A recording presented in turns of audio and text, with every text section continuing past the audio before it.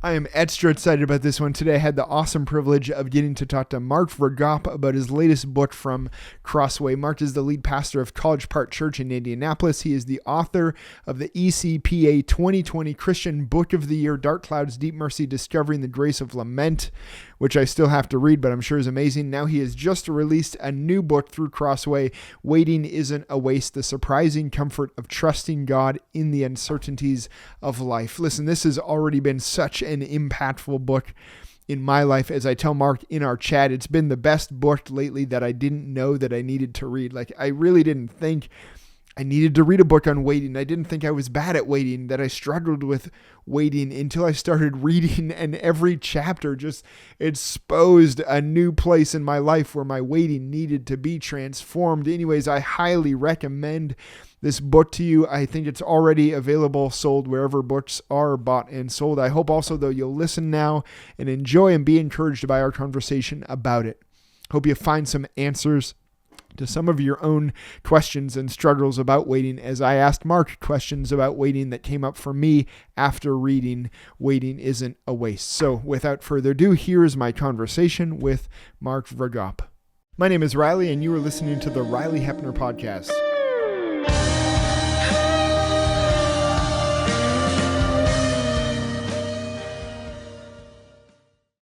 The new book is called Waiting Isn't a Waste, The Surprising Comfort of Trusting God in the Uncertainties of Life. Before I even ask you some questions about it, I just want to tell you that this book for me lately has been, I feel like the most important book that I never knew I needed. I really didn't think I was bad at waiting. I don't think I thought about waiting that often. I didn't think I struggled with waiting until I started reading, and your words just exposed, I think, the impatience in my life. So this book has been such a blessing. And of course, not just to me, I'm sure you've heard from lots of people already, but I'm already going through it now with a small group, and we're just all realizing how common the struggle of waiting really is. So I just want to say thank you for writing this. Yeah, it seems like a simple topic and one that you could easily just kind of pass over, but I didn't realize how impactful this would be for me. Well, good. Glad it's helpful. My first question is simply this. I mean, where did this book come from? What were the inspirations, motivations, convictions that made you think I got to write a book about this? Yeah, so I was doing some work a number of years ago on lament, and in that book, there's a little section where in the Book of Lamentations it says it is good for a man to wait quietly for the Lord. And so Yeah. in that book, I said waiting isn't a waste. Well, that was like 2018, and I'd explored what it means to lament and the whole grief space, and then 2020 happened, and 2021 and 2022. And I found myself, while having a language for grief through lament, I really didn't understand how to wait in these gap moments. And so my previous books have been about experiences where I kind of unpack what I felt like God had taught me. In this particular book, I wrote it because I stink at waiting. I mean, everything within me, my personality, my drive, my last name, like I'm an action guy. I want to go, I want to get it done. And when I found myself in these seasons where there were long gaps that I didn't have control over, I needed to retool some aspects of my spiritual life. That started, and then I wanted to write the book because I thought there was more to explore. And oh my, was there. So this book is me coming along readers and saying, hey, I'm bad at this. You too. Let's see if we can learn what it means to wait on the Lord together. That was actually, as I read this, I haven't read Dark Clouds, Deep Mercy yet, but would like to after reading this. And I wasn't aware of you. So now I'm going to go back and read that. But as I read this, I thought surely these, and you kind of answered that, these must meet up. Like Waiting Isn't a Waste, kind of a part two or a follow up to the book on lament. Like, are there ways that lamenting, you found that it overlaps with waiting, or vice versa? Like waiting leads to lamenting or something of the sort? Well, that'd be interesting to explore that. I would say this, they're related to each other, in that lament is what you do when you experience grief. Wait is what you do when you experience a gap. And sometimes that gap can be related to grief, or sometimes it can cause grief. But there's a lot of gaps that are not grief related. They're Sure. just annoying, Yep. or they're an evidence of my impatience when I'm not in control. Certainly, they create tension, and those gap moments create really substantial questions. But I wanted to try and help myself and others kind of unpack this definition that waiting on God is learning to live on what I know to be true about God Yeah. when I don't know what's true about my life. Now, in the lament space, lament is the language. It's a prayer in pain that leads to trust. So we talk to God when we're in pain. That's how we process our grief. Well, how do you process a gap? You process a gap by, ooh, there's a lot I don't know about my life right now, Yeah. but there's a ton of stuff that I do know about God, and I need to learn to live on that while I'm in this position of uncertainty. So you kind of said that too, that this book on waiting came out of the time of lament. I'd be curious, do you think there's a project or an idea that has now come out of this book on waiting that would lead you somewhere else, kind of a Yeah, part I three? well, that's something that I'm thinking about. I don't exactly know yet. I have a few ideas that I'm kind of wrestling with. One of them is it's not an unfamiliar subject, but when you're waiting, it really challenges how you think about your identity Sure. and what it means to even sort of put on the identity of what it means to be a Christian, or actually, a kind of a better way to say it is to become who I already am. And gap moments really confront us with the question of, hey, who am I?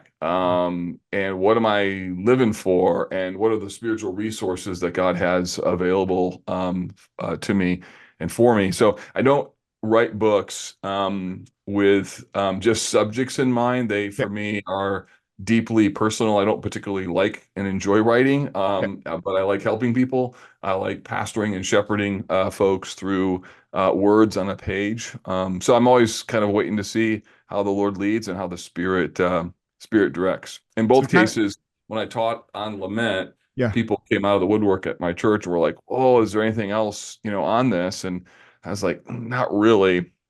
And when I taught on waiting, same thing happened. Yeah. It was clear that this was a subject that we needed to figure out how to unpack further. And there were more books on waiting for sure than there were on lament. Yeah. But still, I wanted to recover a theologically robust perspective on this, I think, really important topic. So without really trying, you're kind of writing a series Right. yourself. That's neat that they're connected. Kind of Uh, accidentally. So yeah. yeah, it's not. Or as a friend of mine said, when he heard I was writing a book on waiting, he was like, "Oh, another book." He was like, "So what hard subject are you writing on this time?" And I was like, "Oh, actually waiting." He was like, "Oh, of course." So I'm like, I don't know. It's just kind of I didn't design that, but that Yeah. seems like that's what the Lord has led me to, strangely. Yeah. Well, my question then too is how did the content of the book, how did it develop? Were all of these steps and insights, were they already formed in you before you wrote the book, or did the book come out of did it come out of lots of study and learning, or did the decision of writing come out of the struggle of waiting and wanting to learn how to wait well? Like Yeah, where do these steps develop? And even the phrase that you say, I can't remember exactly how it goes, but you repeated it so much through the right. book. Like Yeah. did that form before you ever started writing? So that phrase did, as I Yeah. tried to provide a succinct definition for our church. Hey, what does it mean to wait on the Lord? And so I find it helpful to try and put words together that are shorter, maybe fresh definitions of kind of what we're trying to talk about. And so that's where waiting is learning to live and what I know to be true about God when I don't know what's true about my life. Also using phrases and words like that to try and move a theological truth toward application by Yeah. virtue of the language. So the language bridges, theological idea and where people live. Yeah. I had done a couple sermons on waiting, enough to sort of have proof of concept or the fact that it seemed like the Holy Spirit was using this particular topic and it was needed. And then, I put together a proposal, sent it off to the publisher with, 2 chapters that were completed. Yeah. And I was like, okay, but here's like 4 or 5 other chapters that I want to write that aren't written, but I think we need to explore, what does it mean that waiting is slow? And of course, what does it mean that it's biblical? And what does it mean that it's common? Like exploring the full orbed reality, or even the last chapter, waiting is relational. I hadn't explored that really in any setting that I can remember. What does it mean to wait together? Because Yeah. really, I mean, every Christian's not just waiting for something in their life, we're waiting for the return of Jesus. So we're all Sure. waiting. It's Yep. not an incidental thing in the Christian life. It's actually pretty central. So you weren't doing a sermon series in waiting, but waiting was popping up in maybe the books that you were preaching through. That's how it originally started. It popped Okay. up, but then I think I may have done an Advent series, on Oh, waiting, and sure. so I Yeah. unpacked, I think, for 3 or 4 weeks Okay. what waiting meant, and using the most prominent texts and Okay. exegeted those, and used that as a encouragement to folks. Yeah, in the ramp up to Christmas. I'd just be curious, did you have to shop around for a publisher, or did someone see this and jump on it pretty quick and be like, yeah, this is an important subject that hasn't been Yeah, exhausted? yeah, certainly I had to do that with Dark Clouds, Deep Mercy, because it was my first Okay. book in 2018. But I've had a long-term relationship with Crossway, Okay. and so we have regular conversations about what might be the next Oh, that's project. So okay. been Makes it grateful to much be a easier. great partner along with them, to partner with Yeah. them for publishing. Okay. Well, I was curious too, just given the time that you wrote it, how important was COVID to the formation of this book, or at least formation of those observations and thinking about waiting, or did it play any role? Oh, huge role. Like, Okay. yeah, huge, huge, huge, huge role. Like that's kind of the crisis moment where I realized, I'm I'm terrible at this, and I need to get better quick on Yeah. what this means, and even to think through, hey, how do I redeem this moment? And here in Indianapolis, COVID kind of started as far as the stay-at-home stuff, late March, and then continued through mid-August. And but then we just had multiple, challenges in the context of our church for the better part of 2 years on and off, with just all kinds of things. Some of it was COVID related, some of it was ancillary. But name a problem that was in the church in the last 4 years, and we've probably addressed it and had it in one way or another. And so Yeah. the effect was I had so many scenarios coming at me, just one Yeah. after another, where I'm there's literally nothing that I can do. And if I try to do something, it's only going to make it worse. My only option is to just bank my life on the fact that God works for those who wait for him, Isaiah 64, and that those who wait on the Lord, he'll renew their strength. They're going to mount up with wings like eagles. And I was like, I have to figure out what that looks like, Yeah. because there's a promise here, and this is my life, and I'm not thriving. I need to link these two things together. So do you think this book exists without you going through COVID? Probably not. Okay. Probably not. I don't, yeah, I think the Lord really used it to, I mean, create a massive gap that I think was really hard, but Yeah. really useful. Same thing. I know this isn't a podcast about the book on lament, but we had a stillborn daughter in Yeah. 2004. I wouldn't have known lament without Okay. having to bury her after 39 weeks in gestation in my wife's womb. Her death taught me the language of lament. And I think COVID and everything else that happened taught me um, a better understanding of how to redeem gap moments. I think that makes reading the book differently, or different too. Like I feel like there's some sense in this, and I'm sure in the lamenting book too, that comes out that like this comes from a genuine struggle in you with waiting and stuff, rather than you just as a pastor being like, oh, waiting would be a good topic to get published, or so and so struggles with this, so let me write kind of theoretically on Yeah. that. Yeah, I don't write books to just write. I don't like it enough to do Yeah, that. Like right. I'll do other things that I really love to do that can be helpful. But Yeah, yeah, subjects that have meaning and that have the ability to help people where I can come alongside them. That's the space that I really would want to be in and would hope in God's kindness that my books would do that for folks. That's kind of the goal. yeah. Well, I really can't wait to read the one on lament, especially because of that. Because I don't really want to read a book on lament from someone, even though it's involved in everyone's life, but from someone who isn't lamenting. But you kind of talked about your daughter in this book, and I think refer to the lament book that like, oh, that's someone who's really gone through some dark nights and been in the lamenting. What could I learn from someone who's actually, I don't know, in the thick of it? So Yeah. I'm Yeah. just You'll find, I excited to go hope, back. yeah, you'll find, I hope, the same voice, if you will. Yeah, I imagine when I'm writing that I'm sitting across the table from someone at a coffee shop and just yeah, let me just help you understand how God has worked this out in my life, and yeah, maybe this is helpful, maybe not. I'm sure you've got a story as well. Let's talk. So this is my offering of yeah. my attempt to try and bridge the gap between theology and real life. Well, it's definitely how it comes across, for sure. I mean, your writing is very personable, and Mm. Well, yeah, it's good. easy to relate to. Again, a theoretical book on waiting from someone who doesn't Bad. admit that they struggle with it would be different. Uh, Right. well, you definitely highlight in the book too, just I mean, this how frequent waiting is, and especially in scripture. And perhaps I was thinking because it's so frequent in scripture, I think we talk about, like, I hadn't thought about waiting a lot, but I do realize we talk about it a lot in church. We read Psalms about it, we sing songs about it.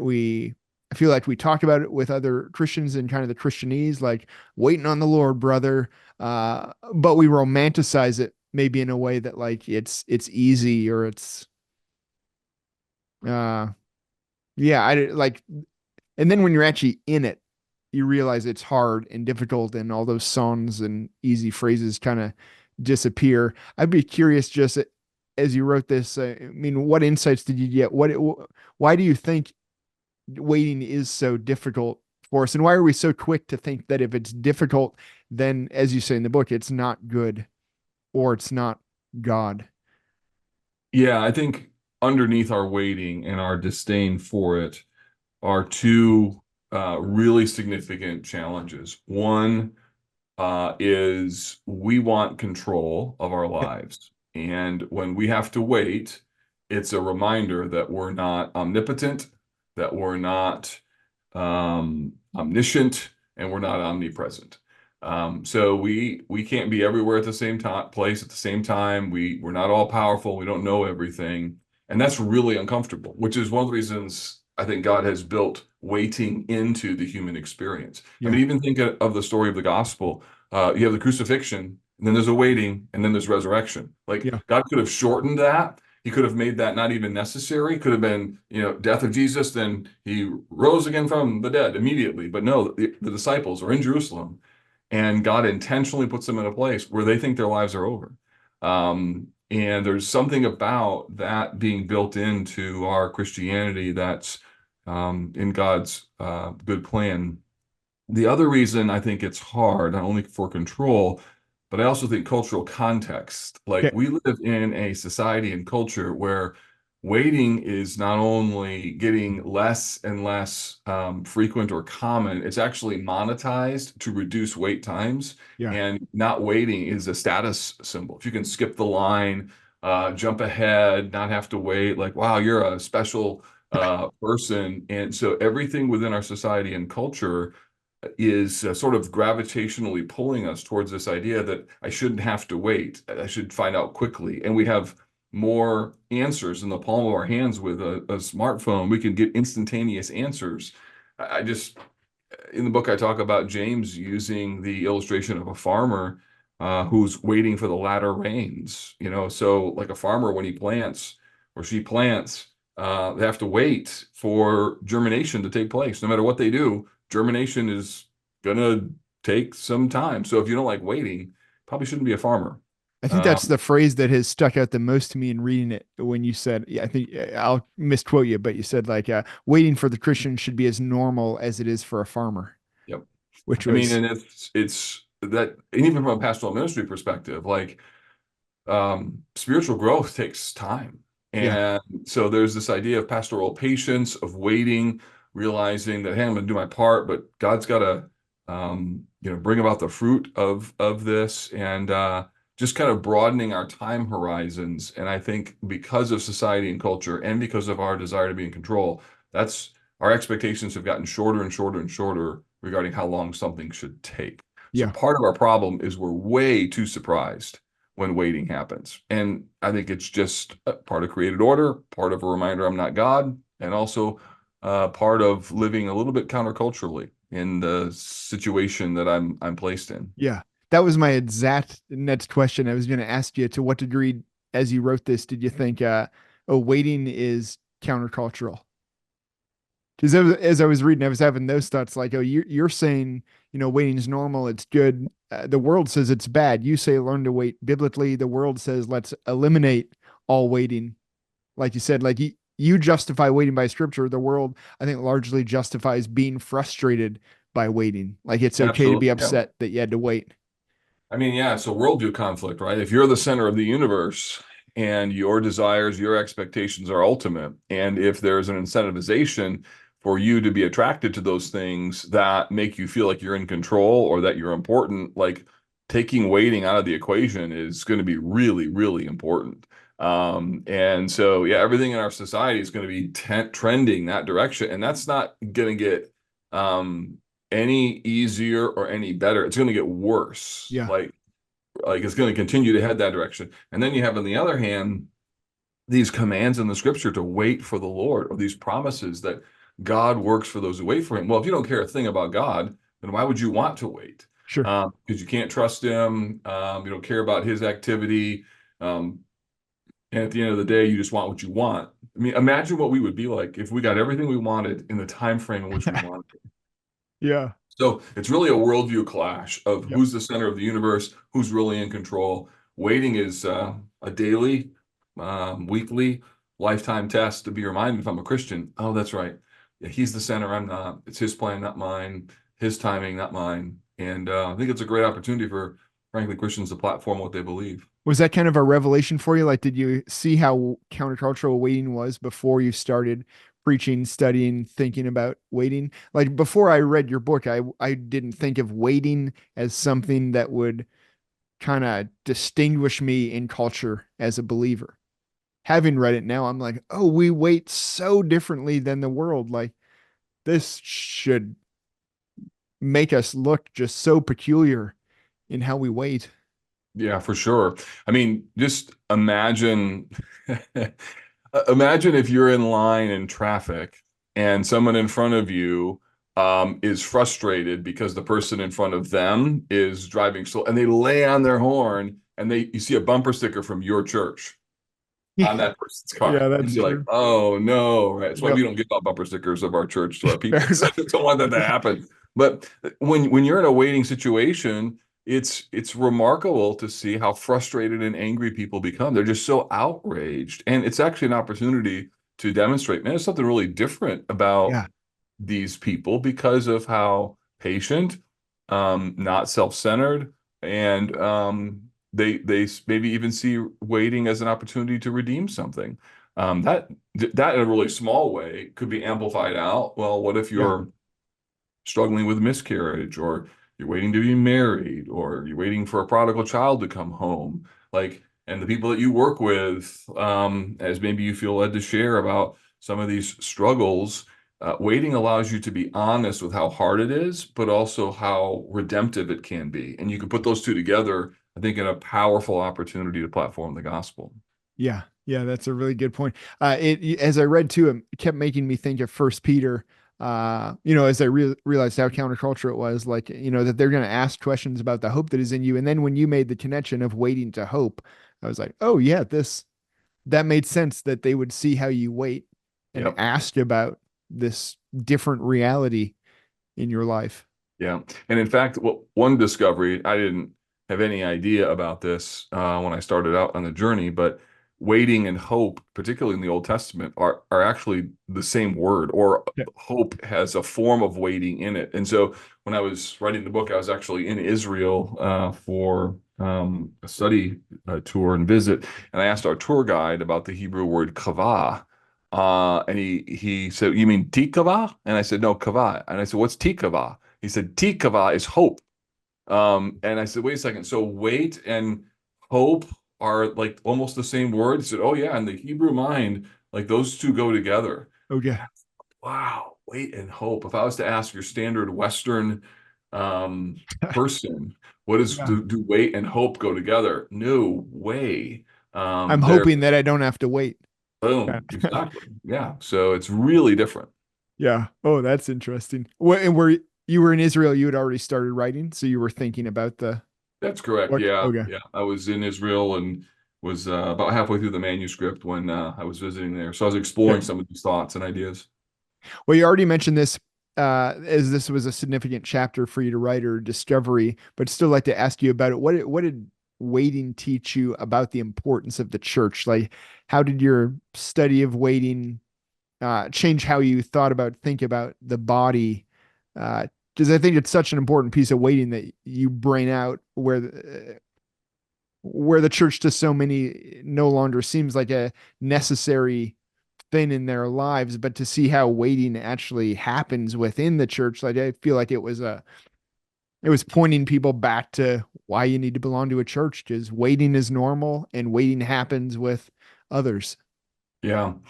Yeah, a couple things on that. One, we're all waiting, just a matter of what, when, and how. So the fact that I'm doing it with other people is actually really helpful because waiting can be really isolating.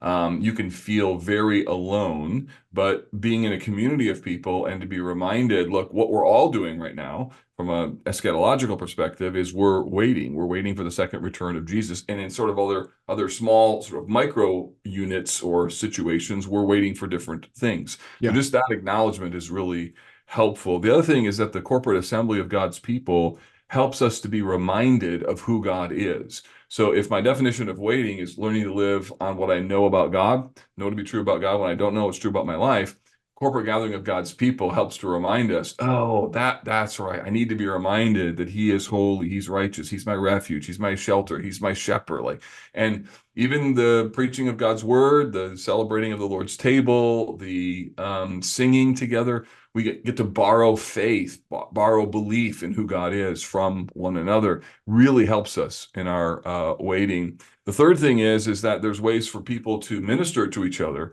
as they're waiting, because there are either tangible needs or there's emotional support that people need. And when you're waiting, it can be really, really hard. It's not as simple as, hey, just memorize Yeah. Psalm 40, you'll be good. I mean, you need people to walk alongside you, and some of whom have had the same experience, Mm-hmm. whose whose track record of seeing God's faithfulness can actually serve to inspire you to keep being faithful. Because in their life, you can see, hey, I know it's hard. We waited on the Lord, and let me tell you how he helped us. And Yeah. that's really encouraging to see living epistles, if you will, of what it looks like to wait on the Lord. I feel like we talk lots about, the command to carry one another's burdens, but don't often associate that with waiting with people. But Yeah. I mean, that was a revelation for me as I was reading, being like, Yeah. There's far more people in our congregation that are painfully waiting and struggling with really significant questions about who God is. And, yeah, you know, like we want a child's good. yeah, Why doesn't God bless us? We're waiting and waiting can create a lot of really tough, personal struggles. And that's why I think we need each other when we're yeah. invited to. Because a lot of times in the waiting, there's no answer, there's no speeding it up. All I can do is literally wait with you. Correct. But I've now thinking more and more like how important that can be. Like maybe you experienced or saw the need for when your wife went through that, like someone to literally just sit and wait with you Yep, without absolutely. answers.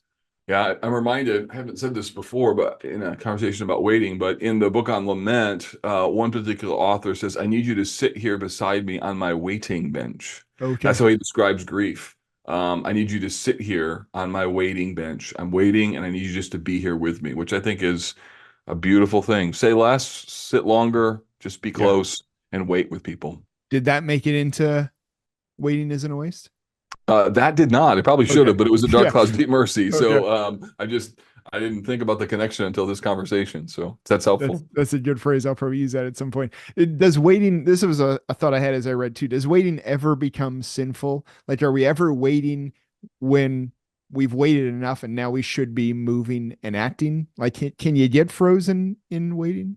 That's a great question. And I was asked, I did a little forum with my church, and somebody asked me that, and it was I hadn't thought of that as I wrote the book. Yeah. Um, and because my problem has never been waiting too long. Okay. Like, okay, so like I'm writing from completely the other perspective. But Sure. I did say to this brother who he acknowledged in front of everyone that he can tend to be not just overly cautious, but so fearful that he's not really waiting. He's actually self-protecting Yeah. by not wanting to take a step, if you will. In the book, I talk about sinful reactions, anger, anxiety, apathy. That's one. That's probably my least familiar struggle. I would probably my Yeah. first step, not probably, my first step would be anger. My second step would be anxiety. But I know people who that's reversed. Their first step is self-protection. And I think there can be where you're not waiting on the Lord, you're waiting for safety. You're Yeah. waiting for it to be 100% certain because you're not going to make a mistake, or you're waiting for it to be entirely clear when the Lord's asking you to take a step of faith. Now that's complicated, right? Yeah. So I Sure. like so I didn't address that in the book because again, I wrote as somebody, here's my journey and my Yeah. discovery, Yeah. and I'm coming at it from a really different vantage point. Yeah. That's fair. I just, I would be more personality like you, I think. I don't struggle with, like I have to, yeah, try and stop and slow down, rather than the other. But I was thinking about that as I was reading it. Like, what if God called Abraham and he's like, no, no, I'm still waiting. I'm still waiting. Or I kept thinking of that verse when Paul's like, it's for freedom that Christ has set you free. Well, I mean, that's probably not a good interpretation of the verse, but like you're still in the cell being like, no, still waiting, still waiting. And he's like, the door's open. Let's go. But I feel like you could get frozen in that sometimes. Yeah, you could. I mean, if the call of God's comes on your life, that's what you're actually waiting for. So I Sure. don't know what the person's waiting, but for at that point, but they're not waiting on the Lord because the Lord has Yeah, spoken. that's Like fair. the Lord has told them what to do. I would say at that moment they're not waiting. They're just probably being disobedient and not But maybe calling it waiting. correct. Yeah. And look, all of us do it. We spiritualize our latent sinfulness, right? Yeah. And so yeah, so it's a great question someone asked me, and quite frankly, I wish I would have unpacked that a little bit more. I didn't have that thought when Yeah, I was that's writing fair. the book. Uh, well, that leads to this question too. What does waiting have to do, if it has anything to do with idolatry? I read your book while at the same time I was reading G.K. Beale's Mm. We Become What We Worship, a biblical theology of idolatry. And I couldn't help but think there's overlap in these. And I think you've already spoken to it a little bit, but like, is it that our frustrated waiting reveals our idols? As you already said, like it reveals things like a need for control. Oh yeah, for sure. I'll put it this way. I want to be careful with my words. It can reveal that. It doesn't always. Some Yeah, people wait, and there's no idol that's in play. I wouldn't want anybody to think, oh, because I struggle with waiting, I must have an idol. sure. Maybe, but we need to be careful that we're not overly conclusive about that. Yeah. That said, I think a lot of us, myself included, have expectations of how our life or a thing or a situation is going to turn out. And those expectations, when not met, can Yeah. surface an idol. This is what I thought my life was going to be like because Mhm. I've idolized whatever. And so certainly waiting presents an opportunity to reveal things that have too much control over us. And so I think a lot, not all, a lot of our struggle with waiting is somehow connected to the um, interplay between our expectations, our dreams, our ideas, what we want, our expectations, and some form of idolatry. Yeah. Okay.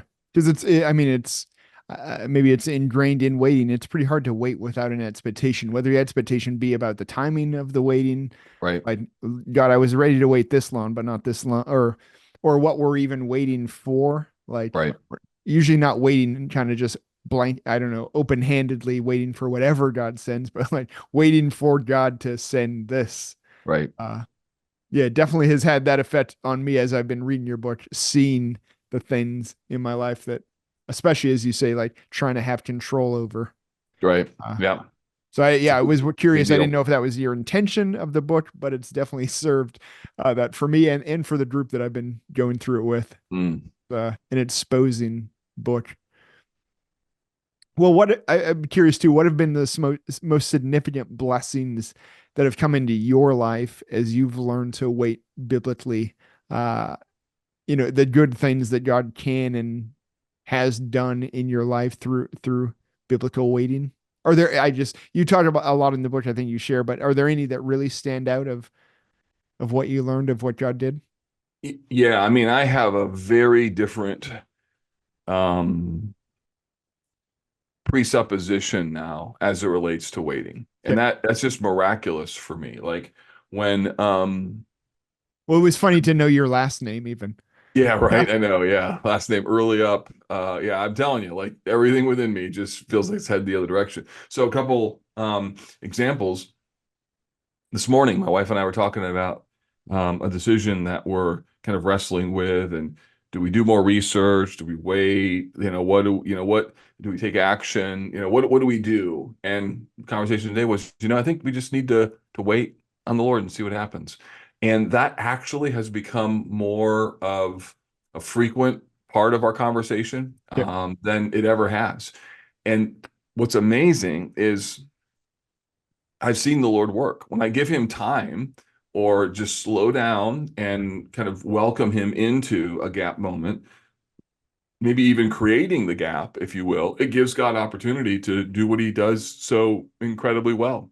I was talking with some pastors this week who a guy sent me an opportunity profile for a church plant. They were looking for a church planter, wanted to know, do you know anybody? And that document came across my desk at a really opportune day, and it created a conversation about, well, maybe there's a way for us to work together. And what was funny is he sent that and then went off on sabbatical. Then he came back, and between when he sent it and when he was in the room, a number of weeks, an amazing amount of things happened. Like God moved in a really significant way. And he was just, you know, overjoyed. And I said to him, well, brother, maybe you need to go on sabbatical more often because God clearly has worked while you have been waiting. And, so it's just, but that's true. Like he works if Yeah. we'll just give him space to do what he does. So I've just found a new level of freedom. I'm not as frustrated when I have to wait. Yeah. And I wish I could say that that's an A plus. It's not. But my heart has changed towards those Yeah. gap moments. I see them as opportunities instead of as just fundamentally annoying. Are there still moments when you feel like a bit of a hypocrite? Like, how did I write a book on waiting? Oh Like, yeah, I mean, like, do you still struggle with totally. at Yeah, times? absolutely. Or maybe your wife's like, you wrote a book on this. Yeah, no, she wouldn't do that, but Okay. she may think it, but she would be Yeah. kind enough to not say it out loud. Um, yes, absolutely. I mean, I think all of us are going to struggle depending on the subject and the intensity of the situation or the importance of it or the familiarity. Like things that Yeah. are like familiar and painful, oof, when those come up and involves waiting, that's tough. You don't have the same level of emotional strength because you don't have the emotional ignorance. Like Yeah. you know what could go wrong, and it's happened before, so it creates a lot of anxiety. So for sure, yeah, it's a fight, it's a journey. My view of waiting was so negative that now I feel like I'm maybe just a little more balanced, and I'd love Okay. for it to even become more positive because it was pretty much in the tank that let's not wait. Okay. Let's not waste our life. Let's Yeah. go. Let's go, So Yeah, this is in a complimentary way. This is like a bit of a response to, or like an appendix to Piper's like "Don't waste your life," and feeling that like maybe your personality, I feel like mine a little too, that like that book made me just go harder and like no waiting, just fill every moment with, yeah. right. Yeah. Where this Which, was, it's a wonderful book. It's a beautiful yeah, concept. It needs to be embraced. Yeah, don't yeah, waste your life. yeah, My point of my book is just don't waste your waiting, and realize that yeah, waiting is a part of people's lives and their stories who didn't waste their life. yeah. Abraham, Moses, Joseph, Paul, Peter, like they all have big moments of waiting. So just seeing it as a part of God's redemptive plan for all of us. And what are you still learning about waiting? I mean, you seem to say everything there is to say about waiting in this book, but I know that's not actually the case. Are there things about waiting that you still wonder about, that you're still unsure about, that you still have tension with and wrestle Yeah, that's a with? great question.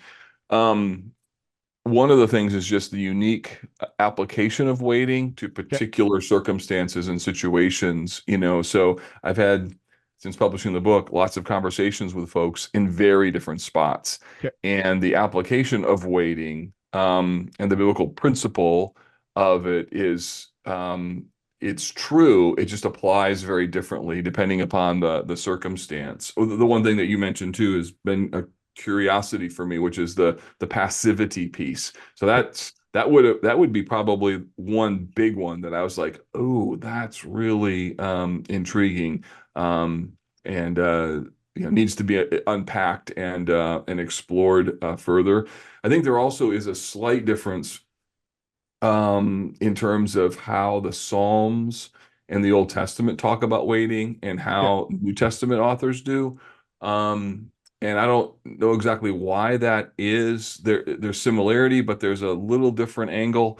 So So that's still something some else that, technical study to yeah, there's still that some someone could work curiosity out there there. for me as to what that's all about. Okay.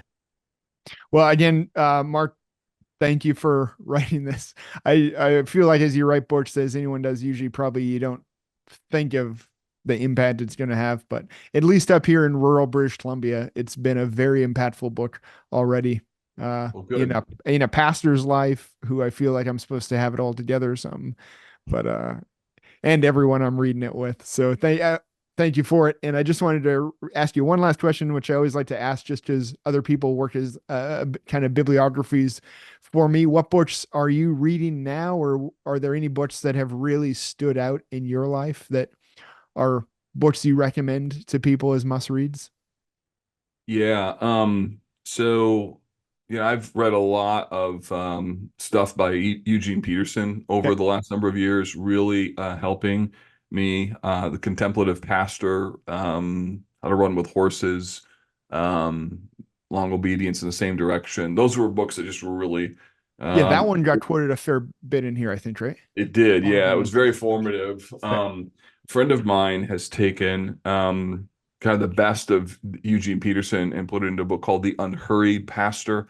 Okay. Super big fan of that book. Very accessible and just, hey, how do we work this out in ministry and life? That's a remarkably helpful book. So those would be the main ones that I'm pretty excited about and looking forward to seeing how the Lord uses, particularly that new book, The Unhurried Pastor. Commend it. That one just kind of came out. That's a new. It did. Yeah. Okay. It really accessible, and we're actually having the author speak to our staff next month Oh, because awesome. it's yeah, the question, how do you maintain long-term spiritual health Okay. when you're constantly putting out? Yeah.